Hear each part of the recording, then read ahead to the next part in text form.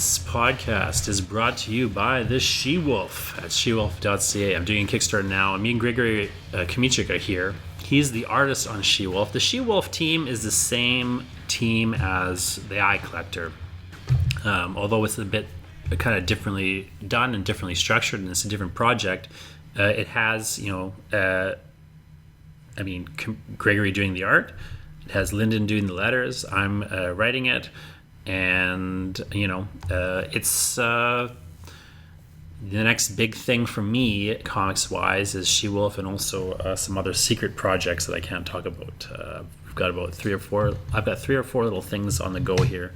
But the next public one you'll know about is She-Wolf. And I want to talk to Gregory here about the project, just to give people a bit more insight onto the Kickstarter and why they should support She-Wolf, other than it just being great and needing support.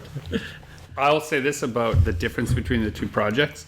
Eye Collector is so much dream work, these wild architectures, these flights of fancies that are held down to the motivations of the characters. You can find it in the narrative. So you've given me all this sort of freedom to explore these wild, beautiful, strange visual landscapes, and then whatever doesn't quite work, we have the MacGuffin of the Eye Collector being like, oh, that dipped into the dream world, so that's why it's so weird. With She-Wolf, we're doing quite the opposite, where the story is grounded in the actions and desires of a single narrative and a character that we're following through. And I've changed my art style.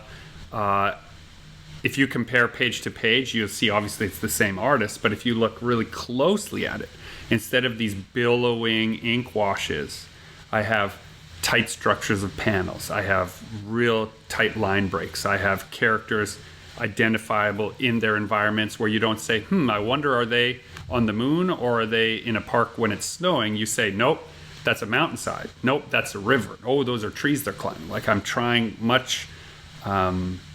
it's a different type of narrative with the She-Wolf, which is really fun for me because it's more suspenseful. There's more suspense we're trying to build in the She-Wolf. So I have to use space and time very differently, right? Yeah, and a lot of the Eye Collector, I think, they have a similarity story-wise in the sense that a lot of the Eye Collector is about trying to figure out what is the Eye Collector and what is he doing and why. And with Lee, who's the main character of the She-Wolf, or of She-Wolf, it's a bit clearer what she's doing. She's a serial killer who believes herself to be possessed by a She-Wolf. She believes, effectively to be back in Dante's Inferno. That story begins. Everyone knows the story begins like in the dark woods that represent, his midlife. And then, he goes into hell, there's a sort of midlife crisis and he ends up in hell and he's going through hell. But what people often forget is that the actual story reason he goes into hell, because think about the logic of the story. Why would you go into hell? Right? He's in the woods, there's the gates of hell. He's like, oh, I'll go check that out. Yeah, in story structure, the inciting incident right? is, of course, the She-Wolf is chasing him. The She-Wolf is chasing him stalking the woods. He's more afraid of the She-Wolf than of hell. And then there's, this description of the She-Wolf and so on. And so I'm not rewriting Dante per se, but there is that sort of inspiration of that moment in Dante and this idea that this character that we're following, the kind of main character is, this sort of psychotic serial killer who believes herself to be, in this, possessed in this manner. She has this interest in the occult. She has this sort of way in which she's a bit of a loner, although she does sort of have her dad as a bit of a confidant. And she has, this desire. I wanted to kind of almost do the reverse of the Eye Collector, where in the Eye Collector, the challenge is this thing is trying to give everybody what they want. And the challenge is how you resist what you want. Whereas the She-Wolf, here's this creature of desire just sort of hunting. So I have some questions. So a good just before you turned on the microphone, I said, maybe this is a good opportunity for me to hold you accountable a little bit. I want to ask you some questions, things I don't know about the Grady She-Wolf doesn't know project. as much about the She-Wolf because We're not co-plotting it. We co-plotted the Eye Collector, but this is out of Jonathan's mind onto a script, and then I interpret the script, which means it gets doled out to me in a different way, which is fine as a collaborator because... And part of the reason for that, as we've discussed, people may not know, part of the reason for this is like, I really envision the She-Wolf as a continuing character that I'm going to tell various stories about with, various people. So Yeah. Gregor won't be the only artist on the She-Wolf, although he is right now. Later on, I'll have another artist doing a different story. I've got a novella draft, like a whole short novel in draft, where I've just written it myself, and it's got no artist, there's no art. So it's a sort of thing that I have a bit more, it's more my thing in that sense, although really the only person doing any artwork on it is Gregory. Right. But it's a creator-owned project owned by Jonathan, where I'm coming in to do some art as opposed to Eye Collector, where like I brought the project to Gregory, but then we kind of took it together, and now we own that together.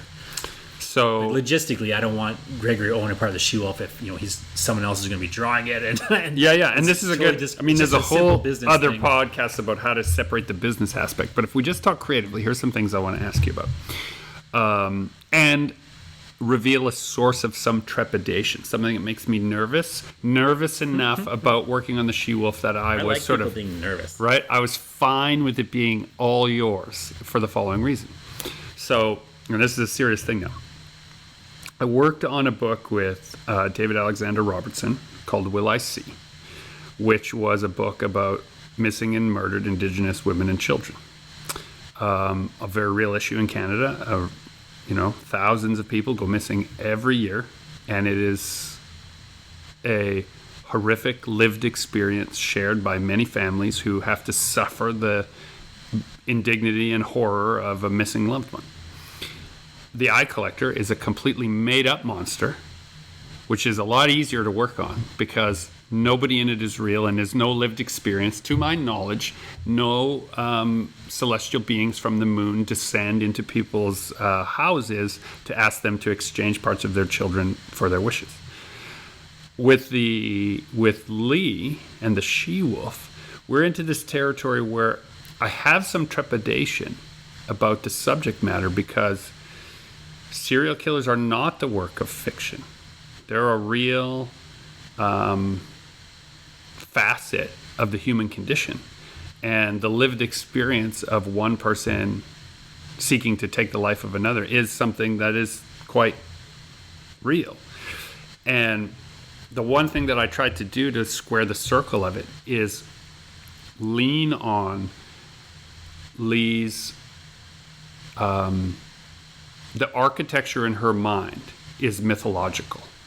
And so I borrow all of these images from the Romulus and Remus mythology and from like pottery and all of these depictions of these early wolves in mythology. And I lend that into the art. And that's how I said, I'm going to make sure that what I am doing in my art is addressing the mythology of the hunter and the hunted.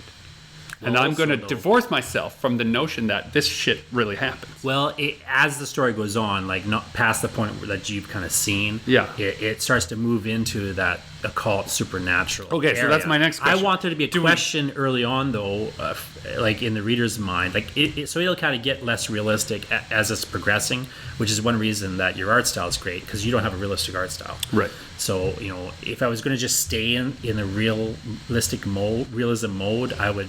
I don't think I would want your art style, frankly. Mm-hmm. No offense, but you understand what I'm saying, right? Totally. But it's going to move further in that kind of occultic, supernatural direction. But I want an early moment where it's unclear how it's moving in that direction because precisely for this reason, I want it to be very troublesome whether or not we're attaching ourselves to this individual. Mm-hmm.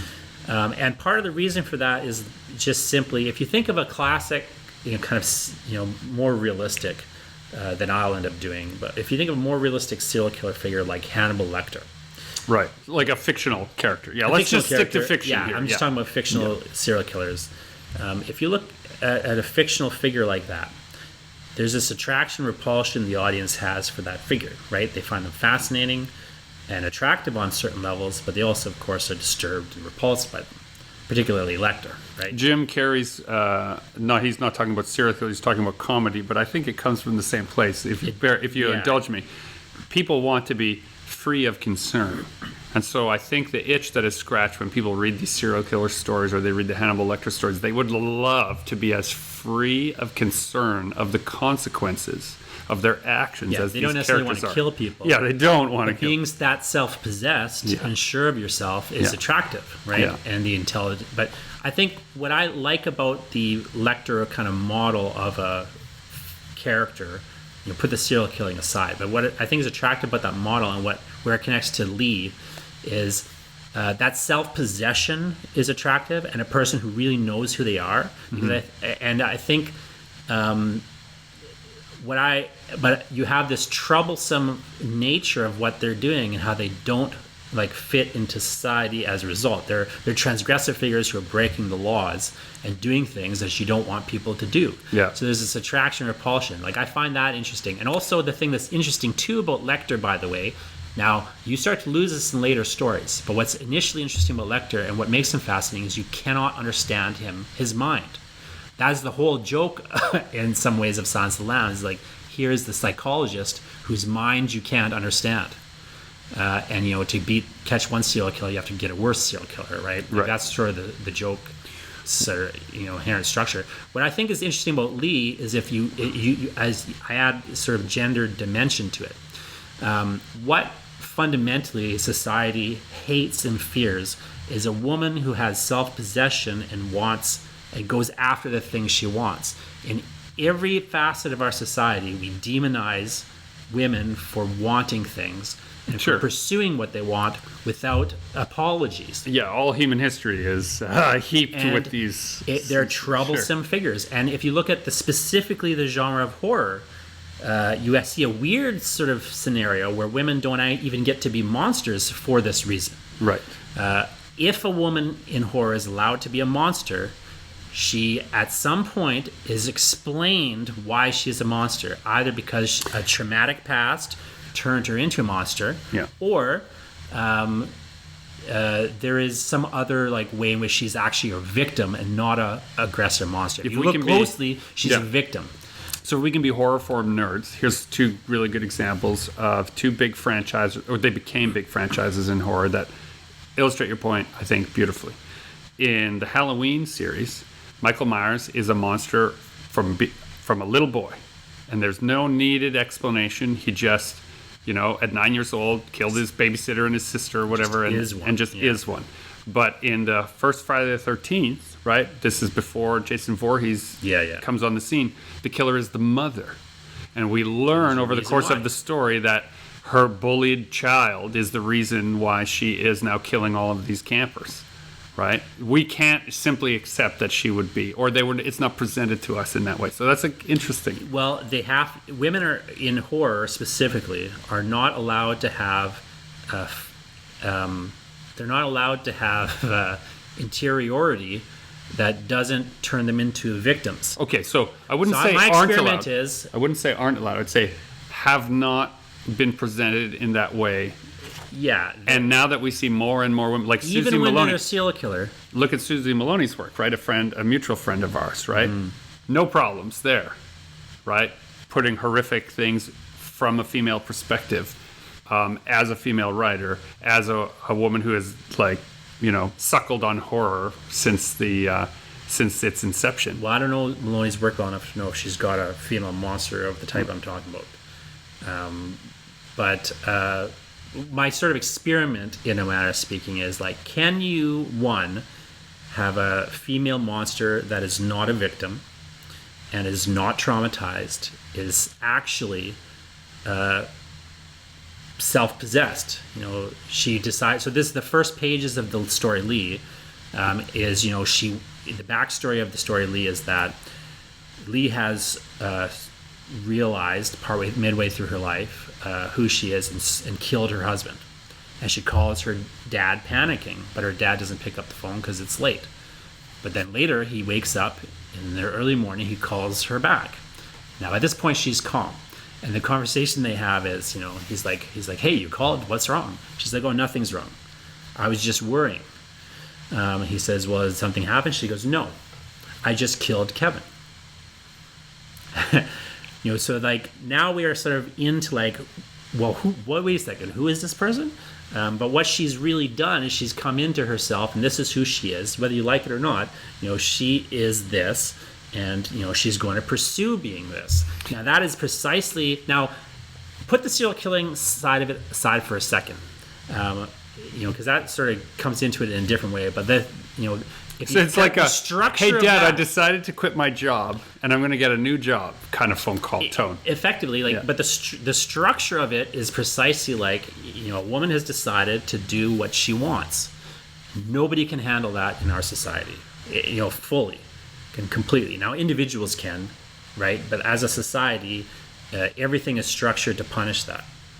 And it's not just women, but it tends to, in horror specifically, is a literal history of punishing women in the story. Yeah, they address it. Pursuing the things they want. It's addressed in the science fiction, cyberpunk franchise, Ghost in the Shell. But it's called the standalone complex. But at the same time, it's very troublesome to have a monster here doing horrible things. And so I think there's an interesting, the other experiment. So one experiment of Lee is, can I have a female monster in this way? And the other experiment of it is just a real simple narrative experiment. In a slasher film, typically, you have this structure where you're following a victim, and then the monster comes and then dispatches the victim. Then we jump to the other victim. Right. And we only see the monster. We're basically always with the victim perspective. And then they eventually, even when they get dispatched, we only see the monster come in from their point of view, right? And then they get dispatched, and then it jumps to the next victim. Eventually you end up with the final girl, and that's who we're following. Can I throw a wrench into your metaphor? What if you just stayed with the monster? There's an argument to be made now that I hear your supposition. There's an argument to be made that Lee is the victim. She's the first victim of the she-wolf. But she refuses to be the victim. She is being placed in a victim position, but is refusing to occupy the position. Therefore, she is a monster. Right. And so you can get into other reasons you could consider her a monster. Now, that's sort of the fun. Now it gets complicated because she's also out there killing people. I was going to say, yeah. So she's not she's not a sympathetic narrator where you're like, oh yeah, I get it from her point of view. Kind of like the Hannibal scenario. Now I will mention this from the art duty. Is that uncomfortable? I'm working in a horror scenario. I want the reader to be uncomfortable. Right. And then also one of the horror genre tropes of this type of body horror slasher horror is if they wear a mask, the mask has to look cool. It's a cool mask. Right. And so one of the first things that we talked about, you said I want to do this thing. I want to do this thing called the She-Wolf, and basically it's like in the slasher wheelhouse, and so they're going to wear a mask, and the mask has to look cool. You just kept saying the mask has to look cool, or it all falls apart. Because if the mask doesn't look cool, then the iconography, right, which is the surface in which the mythology sits, and there's also the idea that the mask is her true self. That's right. Right. Yeah. That's also a common. I haven't come up with that. That's a common thing. And so horror. One of the things that I did is we designed this mask. We designed some cool weapons. We found some weapons, and one of the premises was that sound like we found them on the ground. Yeah, no, but we kitted it out. Right. We kitted out her gear, if you will, not unlike a nascent Batman character or villain, right? Where it's like, these are the things that are off the shelf that I can make or have. And that's what we gave Lee. And we put them together in such a way that she still looks cool. And also, the other thing that I did, which I have never seen, this was my addition. Not in the script, all right? Not in the script. So this is my addition. On the illustrated pages of our She-Wolf story, as Lee puts her mask on and gets her gear on, and the guy thinks she's changing into her bathing suit, she also is stretching. I have her go through a series of stretching because she's getting ready to chase a person through the woods or across the beach. And she likes him. But the physical effort is not mythological. The physical effort is grounded in humanity. In order for this person to be able to take this guy on, she has to be formidable in appearance, right? And be able to run him down so that when she catches him, she doesn't have a cramp. Yeah. Right? And so I had her working it all out. Like, she's ready, she's got all the gear, but then she's stretching and getting ready and like breathing deep and like doing all the things that you'd have to do if you actually had to, you know, kind of like a prize fighter, right? Gets warmed up first. Yeah, the two, for me, like the two big influences is one, Hannibal Lecter as a character. I find just a fascinating character. Now, I really don't like a lot of the Silence of the Lambs stuff. Like, Silence of the Lambs movie is great. The book is great. Red Dragon has some good stuff in it. The show is delightful. The show is great, yeah. But a lot plug of, like, for the Hannibal art book. I have a piece in the Hannibal art book. Yeah, that is a good art book. Yeah, Printed in blood did that. Yeah. Which I might add, I got to go to Mind Warp FX and see all the original props and prosthetics and corpses, and so all my renderings for that art piece are from photos I took of the actual props and things in person. So it was like a particular nice circle where my love of the show, my interest in how they could possibly do this without, like, you know, killing half of the extras in Toronto. How did they pull that off? And going to see the special effects department culminates in me being able to make a piece of art. But even Hannibal, as a character, unfortunately, they brought in the trauma. Like, oh, here's the reason why they did a whole movie. Now I understand why they did it. But what's interesting about that character is if you disconnect it, you know, he's this figure of pure malevolence, and you have an attraction or repulsion to the character. I find, so he's, that sort of character was a great influence on me, but also the comic Grendel. Sure. Which is probably my biggest comic influence outside of one particular issue, The Sandman. Yeah, for the dear listener, Grendel is a comic written and illustrated originally by Matt Wagner. It's now his creator-owned series. It's done many dozens of artists have worked on it. But Grendel is referencing the monster in Beowulf without ever in the story referencing the Beowulf legend at all. Yeah. It just lets the title pose the question. And there's a similar, why would we pick the monster as the main character? And also the idea, different people are Grendel throughout history, the Grendel superhero, and the idea in Grendel is very minimally inherent. The idea is that this is some sort of spirit of violence that keeps possessing different people throughout history, and you get different versions of the Grendel. Now, you talked to Matt Wagner, right? Did you tell him drew that the Grendel for me? It's over there. Did you tell him that you were making a love letter comic to his concept? No, I don't remember where it was at that point. Like, I know I'd written a short novel before anything else, and our friend Adam Petresh had given me a bunch of feedback on it, and I kind of like put it in the drawer for a little while because, you know, there's a couple just story things I had to figure out that he had brought up. But then I started to flirt with this idea of, you know, bringing into a comic realm a little bit, although I still kind of do the novel, I think. But well, both they're Grendel novels too. Yeah, that's right. He has done Grendel novels. We can stand on the shoulders of giants, John. But anyway, that Grendel. What I was interesting about Grendel, like, again, you have this character that is what they call it. It's a legacy character. We have different people wearing the same mask, or you know, he changes the mask a little bit, but it's different people take on the mantle of Grendel throughout, you know, thousands of years. Like that story kind of goes from, like, you know, 70s-ish crime families to, like, to the distant post-apocalyptic future. Post-apocalyptic cyborg Grendel in the prime. Yeah. With no explanation. I want to say this too. No explanation as to why it switches that narrative point of view. Yeah. Like, you'll just have issues of that comic. Because I was very getting into it, and I started to really pay close attention. And I bought these Grendel omnibuses where you have all these, like, crazy issues. Like, if you actually were to imagine picking this comic off the shelf. Well, that's how I got Grendel the first time. And I asked my... It's wild.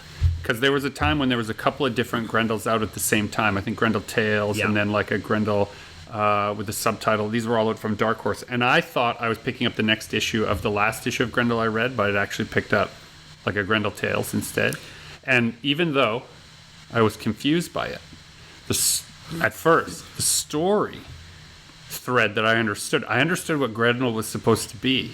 So dropping into the middle of another story made it completely understandable as to the motivations of the characters and story arc. But also, he would just do crazy things. Like there's one issue of Grendel where instead of dialogue, it's just symbols in word bubbles, just symbols, and there's no explanation for it. It's just this issue, people are just going to say symbols instead of words. I love it. He has I don't think I've seen that issue. I'd made a comic just like that. Later. He has another issue where, it actually kind of reminded me of that a little bit. He has another issue where he just... Have you been withholding this from me? Grendel is stalking... One issue, Grendel is sort of stalking somebody. Like, there's actually just a guy going about his day. And what you realize later is Grendel has been stalking. You see Grendel is stalking them. And there's just no words in the comic. Again, no explanation. It's just, there's just no words in that issue.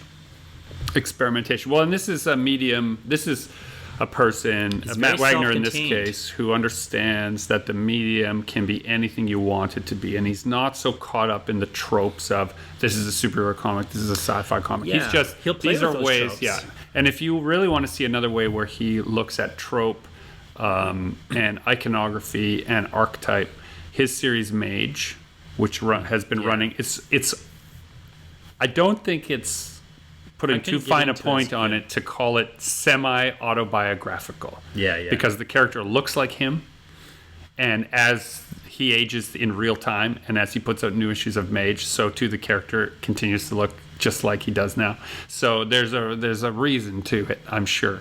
But since I don't know him, I wouldn't speak to it. Now, coming back to She-Wolf. He's claimed that Mage is semi-autobiographical. So I want to ask you this about She-Wolf. So we've talked about your influences, both visual, comic, and narrative influences. What is it, and some of the experiments that you're trying to achieve? When will you know that it's working? Well, I think it's kind of a weird And I don't question. mean commercially. I mean as a artistic expression, because you were pulling the strings. This is the thing I keep kind of struggling with, because one of the sort of inherent problems, maybe not problem, but one of the sort of inherent things of it is, again, if it's a kind of a legacy character in the sense that, maybe not a legacy character, but I want her to be like a character that you can plop her into different stories. Spawn also was an influence in this way, because you had inherent in Spawn, like the idea that there's a medieval Spawn, there's a whatever Spawn, like there's been different Spawns throughout history. And I like that idea.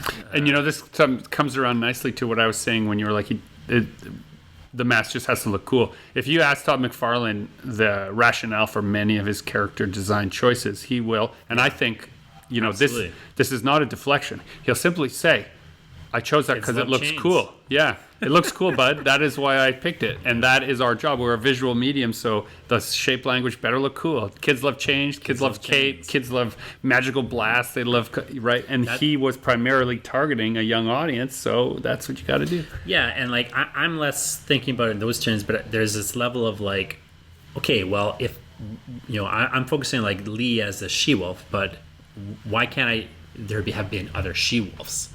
Why can't there have been... I want to kind of have a character that I can put into different stories. Have self-contained mini-series, kind of like how Venom used to have mini-series only, and there was never a core comic. Yeah.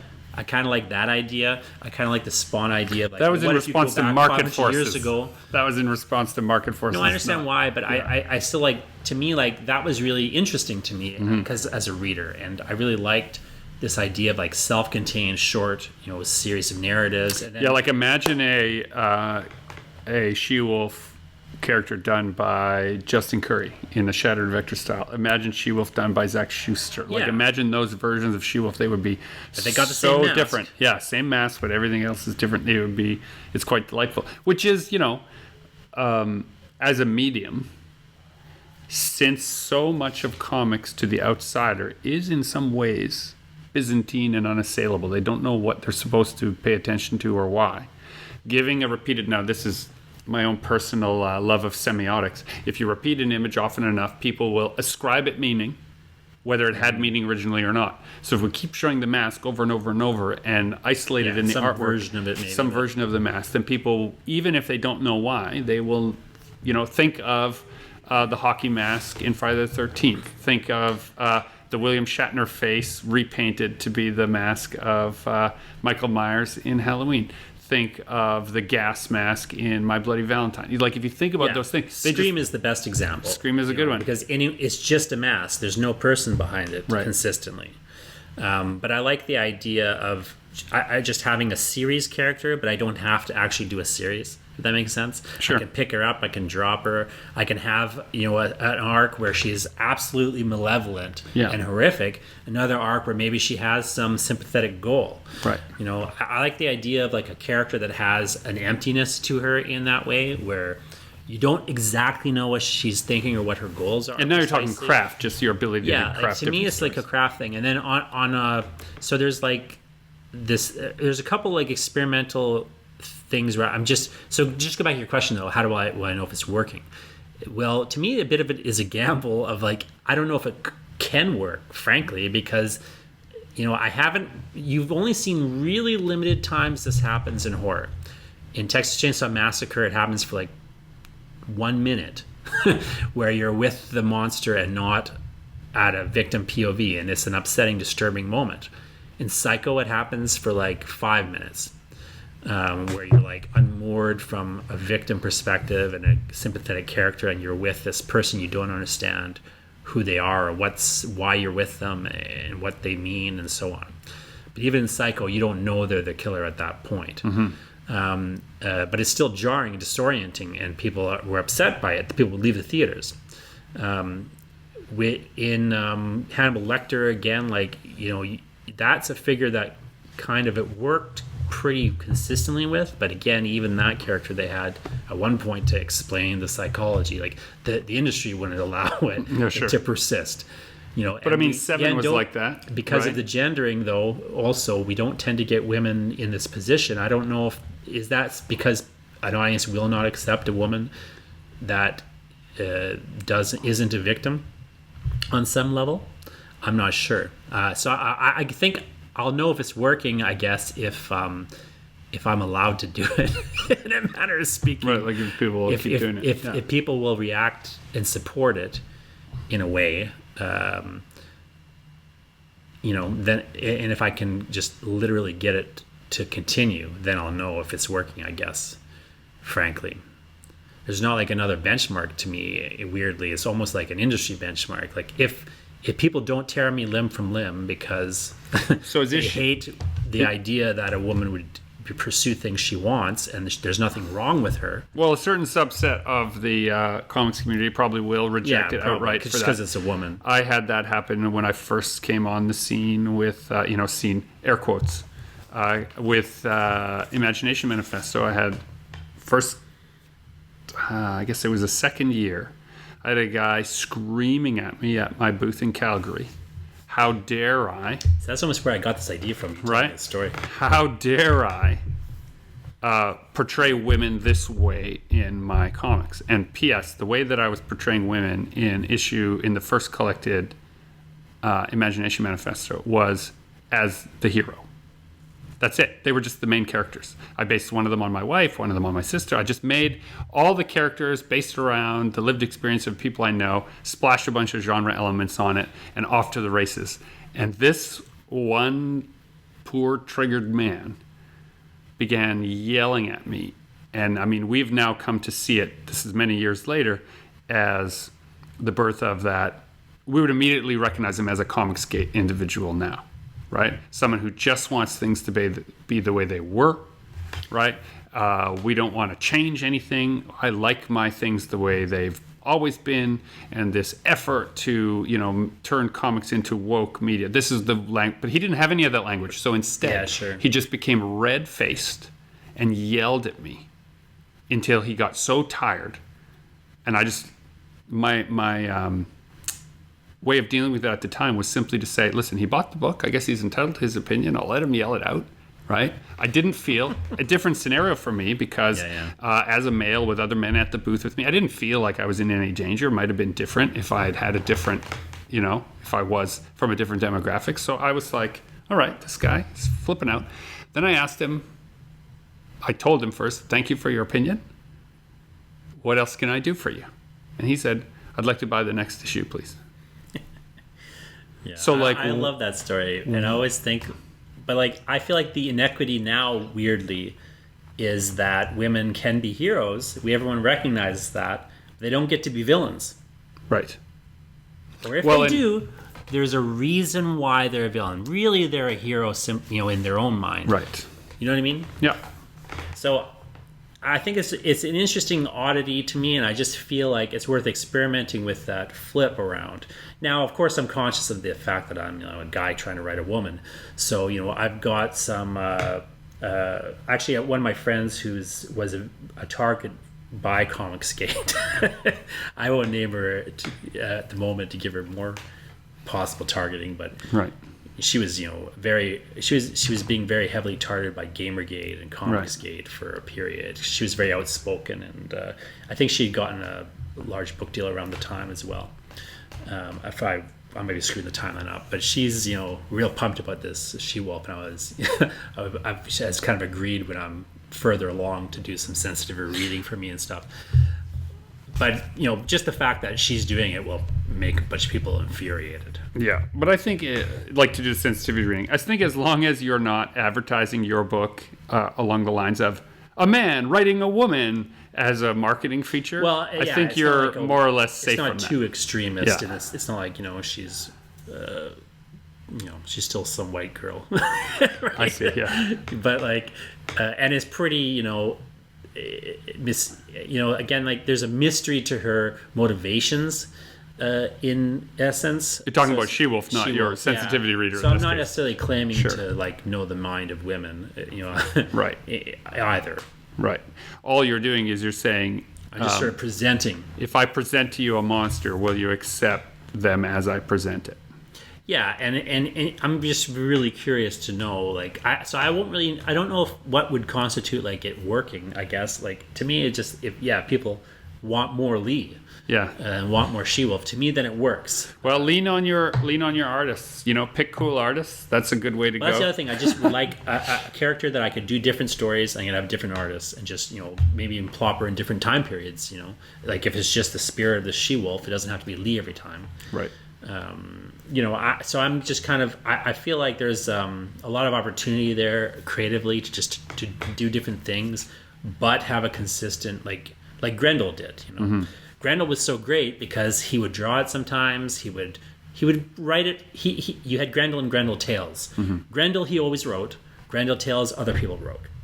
Was that how that worked? That's how it worked. So he would not always draw Grendel. So people would play with his toys. Yeah. So sometimes he had other artists doing Grendel. So is that something that you want to do? You want to have other people come in and write and illustrate? Yeah. Why She-Wolf not? elements. I mean, illustrate, of course. Yeah. But why not even have other people come in and do writing on it? I think it'd be exciting to have, if I could set it up like so part of this Kickstarter I'm doing right now is very small. We've already done half an issue. Yeah, just to finish out the let's first just do issue. The other half of the issue. Yeah. Let's just keep it small and simple. But the idea here is that this issue is part of an arc that's going to be its own kind of graphic novel. Yeah. That you would be drawing. And then later on, we maybe do some other arcs and other stories that other people might draw, or even write. If I can get this character established and get, some build on the character, I feel like it's an exciting way I could work with the different people. I could do different things. I could be doing even prose, comics, lots of different stuff. But you got a character who's sort of a cipher and can appear in different kinds of stories of different types. Yeah, I think it's just, if you're a creative person, it's important to try different stuff on and see what hits. So yeah, and we'll see how people respond to it. But I feel like there's enough kind of interesting, exciting things for me to be artistically kind of excited about it. Like I really like projects where I like unconventional narrative structures and unconventional narrative devices. Well, and we can borrow a little from the McFarlane camp because her weapon, or some of her weapon kit, is these cord-tied knives. And I cannot wait I'm hoping in the second half of issue 1 I have a few page layouts in mind of separating the panels through the loops of this weapon laid out on the floor. So my idea here, and so here's me pitching you this page layout right now, is to have the weapon laid out on the floor where the cord is looping in such a way that it creates these pockets of negative space. And the weapon has been used. It's clearly bloodied. And then in the pockets on the floor where the loops are laid out, we will depict a series of terrible events that the weapon was used for, so that we can subvert space and time and narrative structure, make it more literal. So but maybe also, that could be a page where we're kind of seeing what she's been up to. And meanwhile, like in captions, she's talking to her dad. right? Yes. So this could be. It's a perfect montage element of. I like the idea also of like, you know, she has sort of, she's not a complete loner. She like, you know, keeps in touch with her dad, who completely does not like what she's doing, but you know she's trying to be supportive of trying to be supportive of her without endorsing what she's doing. I like that idea of a dynamic of like, she'd be like hanging out with him, checking in with him, and he's like, you know, absolutely mortified, but you know, she's still his daughter. What's she gonna do? He's not gonna turn her into the cops, right? think there's like things unconditional like that to play love. with. He has unconditional love. I think there's like weird ideas like that to play with in the realm too. You know, what if she had again, like, you know, what are her relationships like, as opposed to being a completely non-relationship having person, which is also a hallmark of having seen too many early 90s bad horror movies. My first thought when the father was introduced by phone call, I was like, oh, that's for sure her first victim. Yeah. So you're now putting on the record that no, the father is very much alive. Yeah, very much alive. And he exists as a supportive figure in his daughter's life, but she's making choices he doesn't necessarily agree with. Right. Yes, this is great. As a dad, I can. I've been in that position. Dynamic, like I think there's interesting like dynamics to play with. There's the other great thing with Grendel. Like, well, I also like the idea of a character who doesn't necessarily have a secret identity. Okay, I have a question for you though. Marshall McLuhan suggests that what we observe, we become, and so are we contributing to the broader violence and horror of the world? What McLuhan says is that content doesn't matter. Only form matters. Okay, so even given that, McLuhan would say the more significant thing than anything Lee does is the fact that she is, you know, in a comic. Interesting. Okay, so I'll give you that. I'll give you that. Studies on do you think in media, for that example, us showing these kinds of things over and over in comics, do you think it has a net benefit? Hold on. Do you think they have a net benefit to people? According to science, it's irrelevant, Gregory. So this is what the study. I'm not asking about. I'm asking what do you think? So, well, I think the science is correct. So the science of media violence is this. When they used to do studies focused on, you know, children watching, they would, you know, so they done more of these for television than anything else, and they do conform to what McLuhan thought. So initially, what they were seeing, of course, was, you know, they would do these studies where children would be they'd watch television and then they'd go and play, and they observe like how the children played. So they would have some children, you know, they were watching, you know, kind of violent cartoons, and then they'd have other children who didn't watch violent cartoons, and then they would send them out to go play. And the children who watched the violent cartoons were playing more violently. So they started to assume a link, and this is where a lot of your studies of media, your causation and your what correlation, they not the same. Eventually realized was that they were doing the experiment wrong, because the control group wasn't watching television. So what they started to do is experiments where you had children watching violent television and then children watching non-violent television. And both of them were playing more violently, because watching television is what increased violence. Okay, so it didn't matter what the content was. So I don't know if this is helping your argument. This was McLuhan's basic argument. Okay, so here's my... Now, if you flip it to comics, what's more significant hold on. about... I want to respond. She's a comic. I want to respond. We don't have a moderator, now, so I want to respond to your point now. So while I agree with all of that, here's the other thing. If you have a child who has a nut allergy, okay, the school will say, nobody should bring peanuts to school because one kid could suffer horribly. Just wait. Point about horror. So yes, consuming horror. So that we as a society will say if it's harmful or triggering to one person, it's okay, since there are other things to eat than peanuts, to restrict peanuts in the middle schools here in Canada. Now hold on, wait. We also have this proliferation of school shootings and violence at schools. And could there be, I don't expect you to have an answer, but I'm just saying, could there be a connection to this idea the better correlation is pornography. So what the studies show consistently with pornography is if you take an area that has, let's say and you increase the amount of internet access that exists in the area, what you see immediately, overnight, are drastic drops in violent crime against women.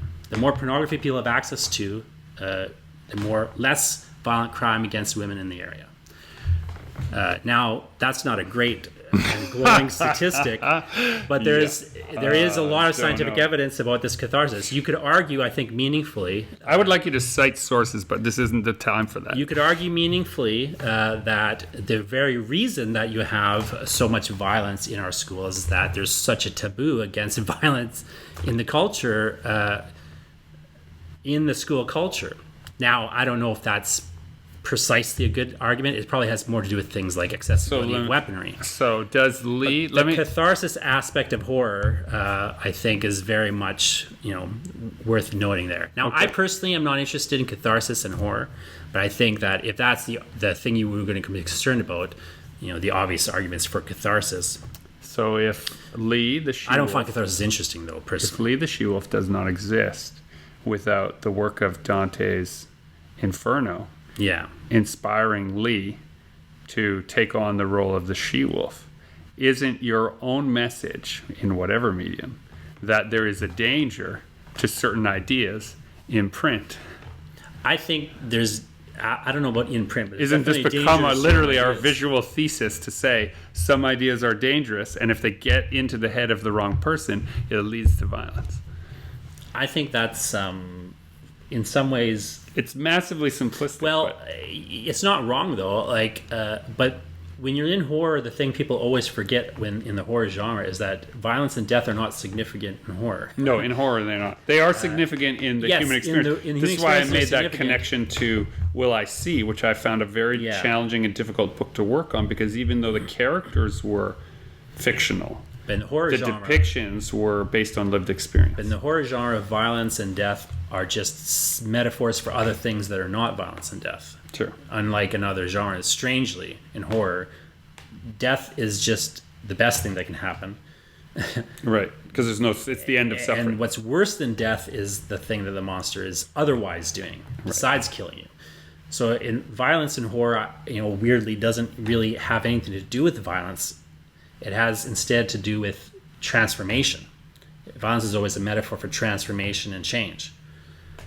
So it can be positively or negatively associated. Within the confines of the genre of horror. Yeah, so violence in the confines of the genre of horror, like violence in Lee, is how she enacts her being.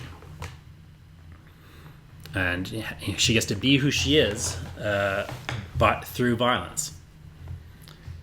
So it has this weird, non-violent, positive association. Now, in reality, of course, you don't want people slaughtering you. For the dear listener, for anyone who thinks it's very structural is the point in horror. No, I was going to just... It's an easy illusion, thing to get wrapped up in. I'm going to give my bona fides. My reasons for challenging Jonathan on this representation is because my own work contains literally thousands of pages of imagined violence, and I am right now at a point in my career where I'm wondering what the cumulative effect of it is.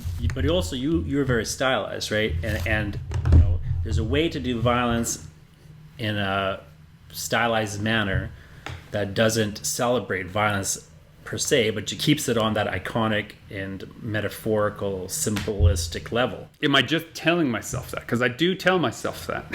Content is irrelevant, fundamentally. I'm a structuralist in my heart, and I believe, like McLuhan, I believe that McLuhan is right. and that form trumps content in every scenario.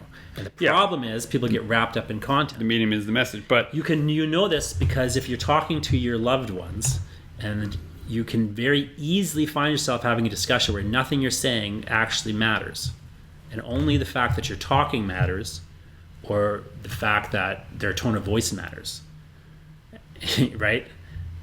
Content is so little significance. That's it's a not wonderful, that it's totally irrelevant. That's a wonderful elucidation of your point, because I realize now I had a very serious conversation with my wife where, as I walked away, I realized we had accomplished nothing. We had come to no conclusion. But the fact that we had spent time together trying to solve the problem was, to me, everything. And often that's the kind of thing that people will get. People will often have very dissatisfying conversations because they get caught up in content. This is where like people often complain like that you're trying to solve their problem for them. Say they'll come up to you with their problem and they'll complain when you give them a solution to their problem. You're like, well, why wouldn't you want a solution to your problem? Well, they don't want it. It's a phatic exchange. So coming back around to our fun horror comic She-Wolf, we got real up there in the rarefied air. Yeah, let's just bring it down. Let's bring it down to some super fun stuff that we're doing now. And here's the great part: as an artist, you can exist on many levels. So on one level, we have our own complications and disputes about whether or not it's a structuralist or emotive argument on what you present to people. We can have that argument, but when we boil it all down to the action it takes to make a thing, Jonathan writes a script that I go, oh, cool. Then he says, make the character look a little bit cooler. I present him with some imagery that he goes, yes, this is the one. It's iconic. Then I start laying out the pages and start picking a color scheme that makes it feel emotionally like the tone of the story, the way I see it. We lay out the beats on the page, and we are now out of the rarefied air into action, call, and response. If a character says this, what will we show that they haven't already said? If a character feels this, how do we present it with color and form? And I think that She-Wolf sits really beautifully alongside Eye Collector as a counterpoint to a way to tell a similar story about a monstrous force coming into a person's life. One is She-Wolf is much more structuralist. I'll use your word now, in the way that I did the art. And Eye Collector is much more impressionist in the way that I did the art, right? Not abstract, but impressionist, right? And there's an important distinction there, which we won't belabor with your dear listeners right now. But so I think for us, tackling a new type of story with similar tools and having to adjust them to fit, it's a really wonderful example of how you can change the form of the story and the constituent parts of line, color, text, design to bring out the parts of the story that you really want. I couldn't have done Lee or She-Wolf in the style of the Eye Collector, or it simply would not have worked. Yeah, and I think part of the reason too, as you say, is because it just is a bit more of it's almost more of a blocky story or a more angular story, if that makes sense. There's a lot more sharp edges. And now let's go down one layer down to just pure entertainment. We've got a story where it starts with wait, what did she just say? What is wrong with this person? And then we show what's wrong, quote unquote, wrong with this person, and we depict her as capable, dangerous, a hunting force, a scary mythological creature. And the cool factor kicks in the entertainment, where you're now along for the ride. That guy's running and you can't wait for her to catch him. Right? Yeah, right. And when we're doing our jobs, there's a troublesome thing there. Yeah. And every time you turn the page of a story like that, it's your fault. She's getting closer to catching him as the monster at the end of the book, right? It's your fault. Yeah, that's the other great influence on me, actually, by the way, is John Stone and Lee Smolins, the monster at the end of this book. If you don't know, it's a Grover Sesame Street kids book. And I still to this day remember that book. It's one of the truly great stories. Yeah, it's a horror story. Grover It's pleading with brilliant. the reader, please don't turn any more Please don't turn the pages, and pages. building walls, and Yeah. and every time you turn it, it all breaks down. But that whole structure of like you're doing things to the book now, not just reading it, and you Yeah. have an active participatory. You're actively participating. Every time you turn the page, What I find- you're ensuring a victim. What I gets find closer to upsetting the she-wolf. and disturbing, or what I find sensational about violent stories, is if they allow you to passively observe the violence. Sure. What I think is more troublesome and interesting is if you are being forced or being asked to be an active participant in the violence as a reader, and it's now upsetting and disquieting because you're now aware of your role in this story, and you can't just sit back and observe it. To me, like, that's this kind of story that's more upsetting or depressing or sensationalist. And for me, the this- violence is more, you know what I mean? Yeah, I'm going to use your word now. Sensational. One thing I really liked sensationally in the pages I've done is there's one page of her pursuit where, having introduced the visual language of the story, that I will float characters from previous scenes, their head onto the page to speak. Right? Just isolated as a drawing. The head of the father speaking has moved from one page to another. The head of the character has moved from one page to another, isolated. The final chase scene, the head of the victim is isolated in 5 repeated, maybe it's 6 repeated images, getting bloodier and more terrified. And for me, the sensationalized piece is like kind of a secret. It's like you have to ask yourself, at what point did this head detach from the story and detach from the body of the victim?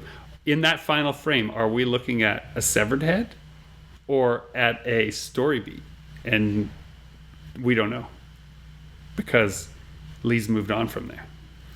Yeah, and I think, anyway, I want to just kind of close it up a little bit with it by saying that one of the things I really think is interesting about doing this particular story and horror as a genre, what I just find interesting about horror as a genre, is it has so many of these. It operates so much on this structural, elemental level, where you really can play around with this audience attachment or disassociation. And I like the idea of like bringing the audience close and pushing them away, and close and pushing them away. Like, I find like that kind of engagement with the audience. I used to say I didn't want people to just read my books, but do things with them. Mm-hmm. And that's why my first book is a choose your own adventure poetry book, and later on, and my follow-up book is plays that are impossible to produce. So you have to kind of imagine how they might be produced. And I kind of very much have always been kind of going down this, even with the Eye Collector, there's this idea that you really have to do a lot of work to piece together what you think is you can read the book very cleanly and it flows cleanly, but there's a lot of moments where we're bringing them back to an image, and they have to sort of remember where they saw that image last, and to make the connections fully make sense for them. And they have to kind of do a bit of work to figure out, okay, well, yes, I can follow the plot from page to page, but I'm going to miss out if I don't remember that this image was on. And that's the magic of issues comics back. as a medium. It's one of its real great strengths. When I did Infinitum, was there's a bit where one of the characters suggests, in this time travel murder mystery, I was always there. And if you flip back in the pages, in the backgrounds, there he is. He was always there. Yeah, and you didn't pay attention to it. People, the reader of comics, are so likely to skip background elements. One of the great simple things in Eye Collector is where you just keep hiding eyeballs and everything. That's right, yeah. It's like the moon's an eyeball, the background, the wallpaper's got eyeballs in it. In the car keys, in The tower on the moon, Yeah. at one point you see the Eye Collector's home on the moon, it's this giant tower. And if you look at it closely, what you realize is it's also a candle that was on the dinner table earlier. That's right. So there's great moments like that that I feel like horror offers a lot of opportunity to have those sorts of motifs repeated without necessarily, like, metaphors can free float in horror in a certain way, and they can, like zombies as a simple example, can mean like, zombie can mean anything from, capitalism is going to eat us to, our bodies are ways that viruses get in. Yeah, too. I've always just wanted to our bodies kill horrible? my neighbor. Yeah, like there's just, it can just detach like there's a way in which there's a really malleability to my favorite horror writer is a guy named Tony Burgess, who wrote Pontypool, and the movie Pontypool, and also the book is based on Pontypool, which changes everything. And Tony Burgess in that book posits that the zombie virus is spread through language, and it's very wrapped up in semiotics. He actually has a degree in semiotics. And one of I think the brilliant sort of insights of Tony Burgess and the horror genre and zombies particularly is he really figured out. He used to say his zombies were not, instead of being metaphors for some fear, they were metaphors for metaphors. And what was horrible about metaphors themselves. And I always thought that was a really inspiring and brilliant, kind of way to put it. So She-Wolf maybe isn't as brilliant as Tony Burgess, but it's still I think deserves its chance and deserves your support. And so please check it out at shewolf.ca. And thanks for talking to me, Gregory. And you're welcome. Maybe I'll put this challenge to the listener. If you believe that images of violence in media are the problem, then don't back She-Wolf on Kickstarter. And if you think that censorship is wrong and that you should be able to see and consume anything you want whenever you want, then do. Making it sound really gory. It's not even that gory, even though we talk about blood and knives and things. Then do back it on Kickstarter. It's really not that gory, though. Because I really want to make. Is very. I really want to make that last 12 pages. Yeah, well, it will be fun. But yeah, thanks again, and again, check out shewolf.ca.